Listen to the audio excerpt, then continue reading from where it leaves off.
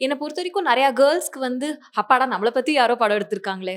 அப்படின்னு தோணும். And also because நானே uh uh because I am a woman and I've made this movie. I feel நான் சின்ன சின்ன விஷயம்லாம் வந்து, "ஏய் எனக்கும் அது நடந்துச்சு" அப்படின்னு இப்போ வரைக்கும் பார்த்தவங்க நெறைய பேர் சொல்லியிருக்காங்க. So I okay. திங்க் ஒரு uh people will feel seen, they will feel hurt. அவங்களோட அனுபவங்கள பத்தி யாரோ படம் பண்ணியிருக்காங்கங்கிறதுனால, நார்மலா அது இல்லாதப்போ ஏலியனேட்டடா ஃபீல் பண்றோம்ல. அ ஸோ அது இருக்கும்னு நெனைக்கிறேன். That relatability. படத்துக்கு நெறைய எதிர்ப்பு வந்துட்டு இருக்கு. டீசர மட்டுமே பார்த்து. ஆனா இதெல்லாம் நீங்க தப்பா புரிஞ்சுகிட்டு படத்த வந்து அப்போஸ் பண்ணிட்டு இருக்கீங்க. நான் அப்படி கிடையாது.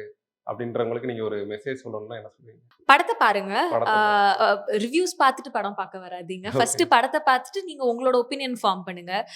ஏன்னா இப்போ வரைக்கும் வந்து நெறைய பேர் வந்து என்னோட அ எ ட்ரெய்லர் பத்தி ரிவ்யூஸும் என்ன கிரிட்டிசிசம் இருக்கோ, அதுக்கு தான் நெறைய வியூஸ் இருக்கு என்னோட ட்ரெய்லரோட அதிகமா. ஸோ நெறைய பேர் வந்து அத தான் கன்சியூம் பண்றாங்க. ஸோ அ படத்த பாருங்க. Form your own opinions is all I would say.